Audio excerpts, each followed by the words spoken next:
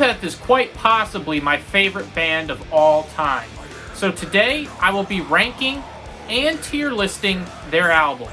You can't say you don't get your money's worth on the Downfall Network. 2-for-1 special for you right here, right now. And if you're unfamiliar with the band, this is the only ranking that you will ever need. I know everything. I am always right. And if you are familiar with the band, then my list will fix your wrong opinions and give you the right ones. And then we're gonna go to England, to Stephen Wilson's studio, or wherever he wanna be, and just let him look into doing a mix for this album, and I'm gonna be there with him. Probably gonna film him as well, even though he's an ugly cunt.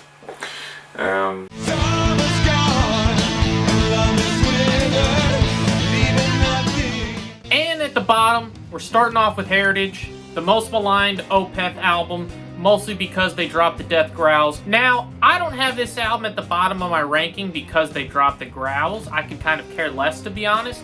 My main reason is that I just don't like some of these really weird and kind of progressive sounding songs. I mean, some of them are alright, like I Feel the Dark is pretty good. I like Slither, I like Devil's Orchard.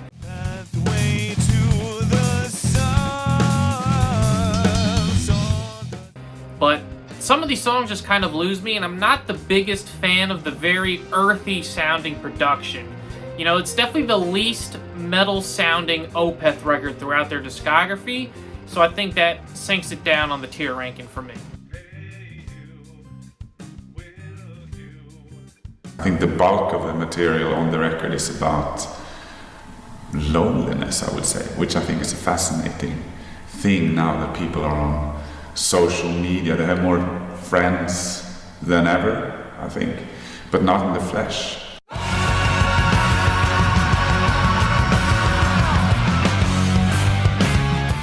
In Cauda Venenum from 2019, the first Opeth album to be sung entirely in Swedish, although there is also the secondary English version, but the Swedish version is supposed to be the, real version, so to speak. I don't know, for whatever reason, these songs just don't really click with me or connect with me like I would usually expect. I mean, you do have some good songs like Minutes Ja, Charlatan, and some others that I have no hope of remembering because they're all in gibberish Swedish.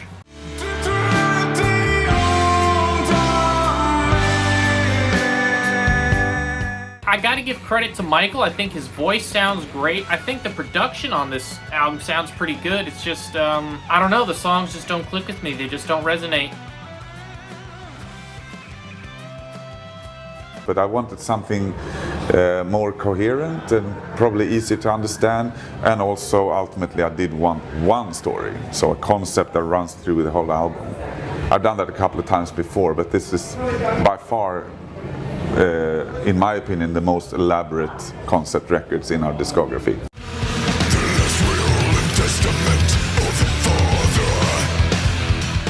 The latest release from the band, Last Will and Testament from 2024. And the most immediate thing that everyone noticed with this album is that the growls are back. Now, my bold take is that if Opeth releases another album in the future, there's going to be 0 growls on it. The growls are going to go away because, as Mikael has said in interviews, the main reason that he did the growls for this album is because he wanted the growls to be the voice of the patriarch character in his story. Because, there's all sorts of different characters, and if he's singing in the same tone of voice, it might be confusing to discern who is who. So you give the guy a different voice, you get the gist.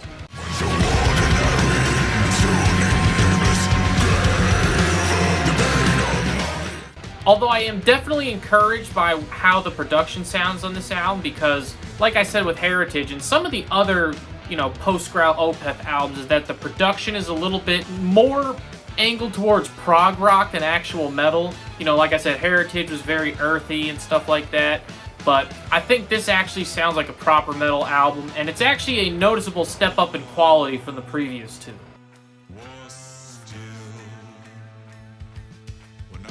Time for this song that will get us chicks backstage. Blank face in the window pane. That's right. You people just can't handle the fucking truth. Some dastardly Opeth fans would have you believe that this is their best album. Are you smoking crack? Don't get me wrong, I like this album. I think it's very good. but it's an album that is purely made up of the softer Opeth ballads, which, you know, I am a big fan of the Opeth ballads, but I need a little bit more in order for them to stimulate me. I need some distortion. I'd like to hear some death growls. You know, you really got to give me that extra oomph if you really want to tickle me. And I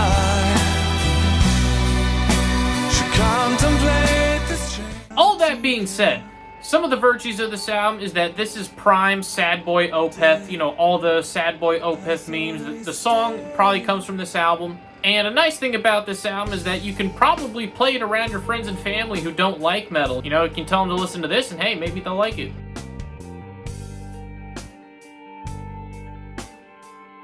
We also plan our eventual world domination in the live circuit, because we didn't play live much at all in those days, by rehearsing in pitch black darkness, so we could play the songs without looking. You know, that it's a bit pretentious, but that's what we did.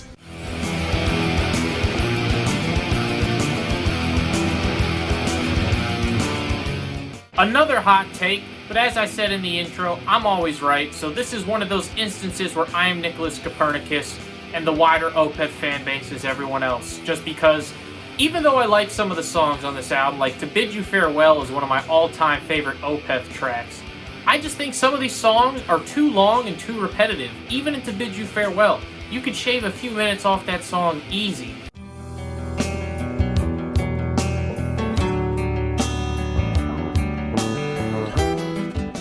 And Black Rose Immortal, I guess you wouldn't call it infamous, but the cult favorite Opeth song that's 20 minutes long. Like, the first 6 minutes of that song are great, but then I feel like it just kind of drags on too long. They're just almost like playing riffs for the sake of playing riffs, like they're trying to get to that 20-minute mark, instead of actually trying to write a song that builds and develops in a proper and natural way. I love change, but it's not like, it doesn't have to be a massive change on each record or on each song. But there was change on this record. There was a couple of songs like the ones I mentioned before that I felt I'd never done before.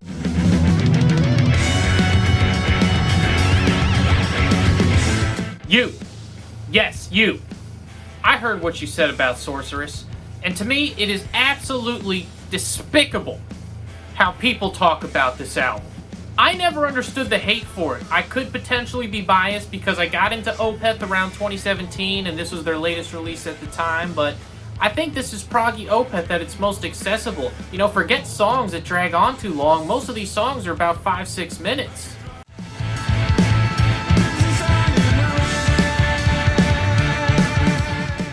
And I'd say for sure, it definitely rocks out harder than Heritage, definitely rocks out harder than Pale Communion. It's a pretty decent, overall, very solid album. There's a good amount of diversity between the songs. I think there's a lot to like here. You know, even though at the time I was a pure death metal head, I guess I was lying a little bit to myself, because I still liked the dynamics, I still liked soft songs and stuff like that.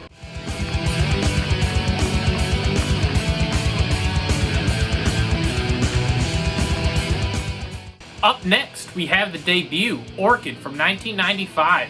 And while I think this album has a lot of great moments, the songwriting just feels a bit disjointed. Almost like you're taking two separate songs and like super gluing together. And while there are some songwriting mishaps, to me it's not a deal breaker. I remember Become the Night did a video talking about Orchid, and he was like, oh, the songwriting is just fucking terrible. It's absolutely awful. It's a disgrace. This album is terrible. I'm like, oh my, calm down, man. It's just an album. You know, it's not that bad.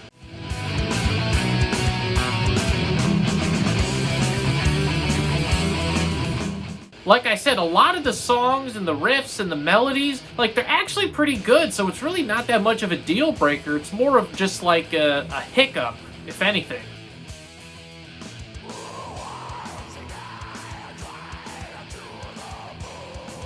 First question is always the hardest when you're doing an interview, but I've got to ask this question. Just tell me, why is Opeth so fucking good? It all comes down to talent at the end of the day. I'm very talented. Of course, I'd say we're a good band. I say we're a good band, even. Yeah.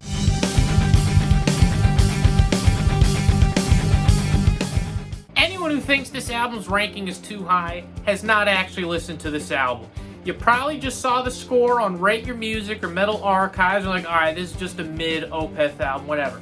No, this album is great.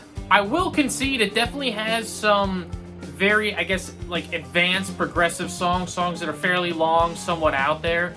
But you also have some very beautiful songs, like Eternal Rains Will Come, opens up with that crazy jazz fusion, and then Michael comes in with the beautiful vocals.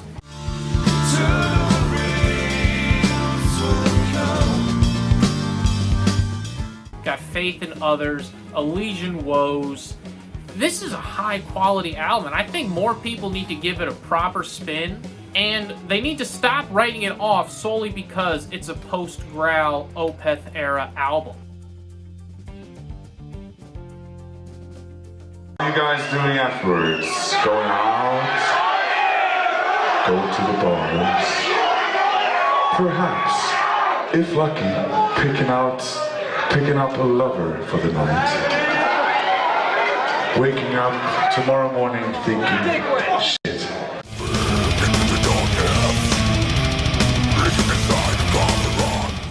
Now we have the heaviest Opeth album, Deliverance from 2002, which features one of their biggest songs, one of their best songs, one of their heaviest songs, the title track, Deliverance, which is the one song that Opeth plays every single night at every show, and Michael has said that they've literally played it over 1,000 times.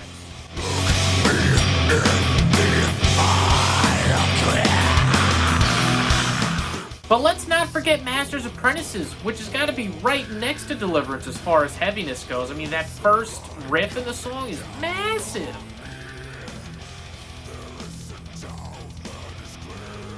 Another band with a great guitar player named Michael. And now this guy has got some very twisted thoughts. And he would talk into the microphone like this, very, very, very, and he would be so solemn and so just conviction. And he said, this next song is about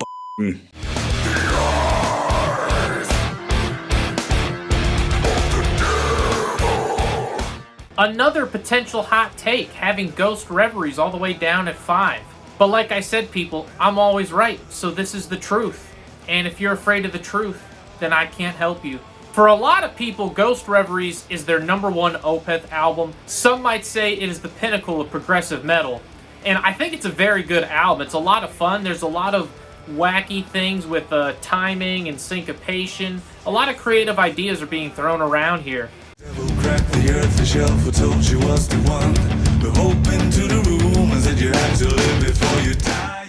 Main reason that I personally have it this low on the list is I love the very melancholic and emotive side of Opeth. And I feel like this album, I mean, it has some moments like that, like Hours of Wealth. That guitar riff is very pretty, but I feel like it's mostly Michael just going through his bag of musical tricks and just kind of showing off. You know, not in a vain way or anything like that, but just kind of testing himself as a songwriter, musician. You know, what kind of things can I do? How can I push the songwriting, etc. Because it's less emotive and more so the progressive metal, that's why I have it down here. This one is about a woman's arse and her tits too.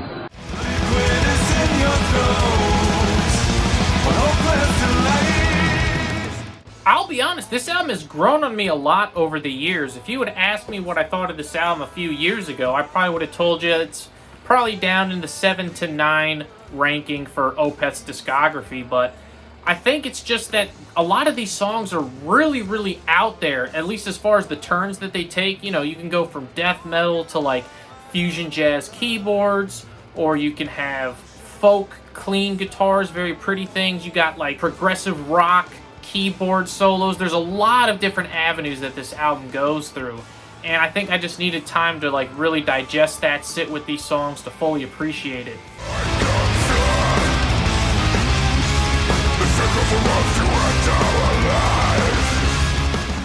And one thing that Michael said when he was recording Heritage, he referenced Watershed. He said he dropped the growls partially because he felt like he had taken the progressive death metal style as far as he could take it. And when you listen to this album, it's like, yeah, I think that is about as far as you can take it. But I was very insecure with that record once it was done. Is it good? Is it good enough? Until Mike Mott, he was in the studio, and we played him the record. What do you think? And he's like, it's one of the best records I heard in a few years. And I was like, okay, maybe it is good then.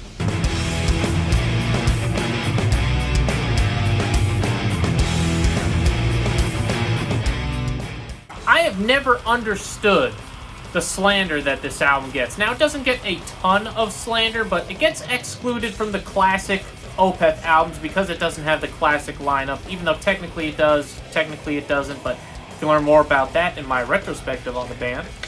I've never understood people's complaints about the production. I think the album sounds fine. You know, it's not super pristine, it's not the greatest thing ever, but I don't think it takes anything away from the album.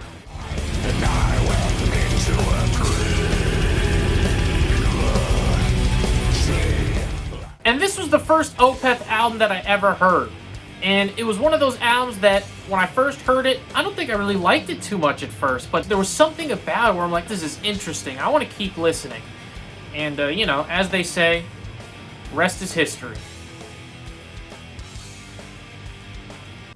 Ever since 2000 at Blackwater Park, around that time, we just became more and more professional. And things started going really well for us. And that's when we started living off of the band, pretty much, all of us. But prior to that, we didn't have anything. We were screwed, you know.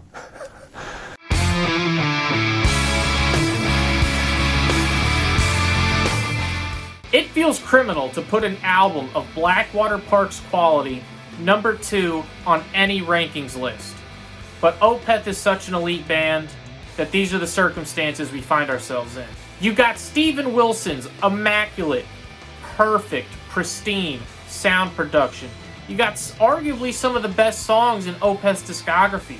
I mean, The Drapery Falls, listening to that is literally a transcendental experience.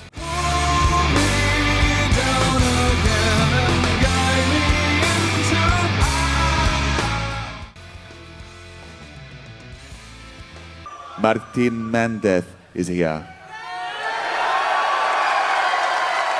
He's very happy today. Martin Mendez is rich. He invested a lot of money all over the world. And he's going to use it to film some of his film for his film company. It involves horses and sex.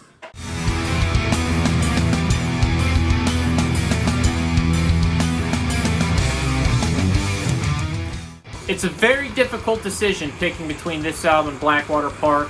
If you have Blackwater Park as your number 1, I will not argue with that in the slightest. There were times where that was my favorite, but in my heart of hearts, it's got to be Still Life. And if I'm being 100% honest, I think it's because of my emotional and nostalgic connection to this album.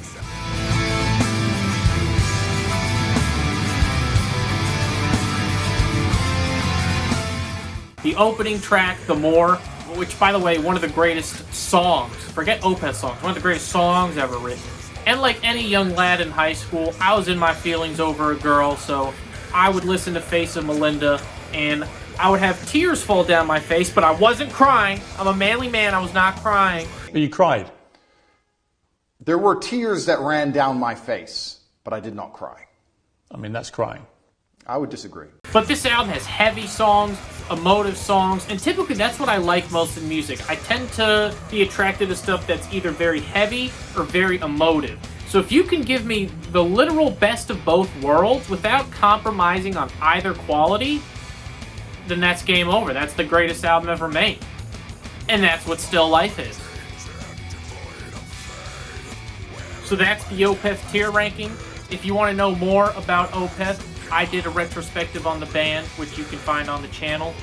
And I gotta say, now that you've seen my ranking, believe it or not, you are actually 10 IQ points smarter. Subscribe to the Downfall Network. No!